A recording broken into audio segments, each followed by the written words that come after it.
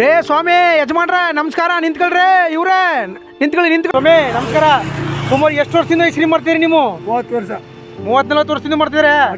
ನಾವು 1ನೇ ಕ್ಲಾಸ್ಗೆ middle school ಹೋಯ್ತದ, ಸರ್ಕಾರಿ ಸ್ಕೂಲ್ ಹೋಯ್ತಾಗ್ಲು ಮತ್ತೆ ದುಡ್ಡು ಕೊಟ್ಟಿಗೆ ಬಂದು ಪಾಪ ಹಂಚಿ ಹೆಂಗೆ ಅನಿಸ್ರಿ ಅನ್ಸಿ ಪೈ ಪೈ ಅನ್ಸಿದನ. ಹಾಂ ಐಸ್ ಕ್ರೀಮ್ ಐಸ್ ಕ್ರೀಮ್ ಒಂದು ಐಸ್ ಕ್ರೀಮ್ ನೋಡಿ. ಈ ಶಬ್ದ ಕೇಳಿದಾಗ ಎಂತ ಐಕ್ಲಾರು ಓಡ್ ಬಂದಮ್ಮ. 10 ಪೈಸೆ ಎಷ್ಟೋ ಮಾಡ್ತಿದ್ವಿ ನಿಮಗ? 5 ಪೈಸೆ 10 ಪೈಸೆ ಒಂದು ಐಸ್ ಕ್ರೀಮ್ಗೆ ಆಗಿನ ಕಾಲದಲ್ಲಿ ಮಾಡ್ತಿದ್ವಿ. ಈ ಐಸ್ ಕ್ರೀಮ್ ಡಬ್ಬದ ಮೇಲೆ ಫಿಲಂ ಆಕ್ಟರ್ಗಳು ರಾಜ್ಕುಮಾರ್, ವಿಷ್ಣುವರ್ಧನ್, ಪ್ರಭಾಕರ್ ಎಲ್ಲ ಸಿನಿಮಾ ಆಕ್ಟರ್ಗಳನ್ನ ಹೊಂದಿಸ್ಕೊಬತ್ತೀರಿ. ಆಮೇಲೆ ಇದನ್ನ ಪಿ ಪಿ ಅನ್ಸ್ತೀರಿ. ಆಗ ಅದು ನೋಡ್ಕೊಂಡ ಬಂದು ನಮ್ಮ ಪೋಜ್ಗಳು ನೋಡ್ಕೊಂಡಮ್ಮ ಐಸ್ ಕ್ರೀಮ್ ತಕರೋದು.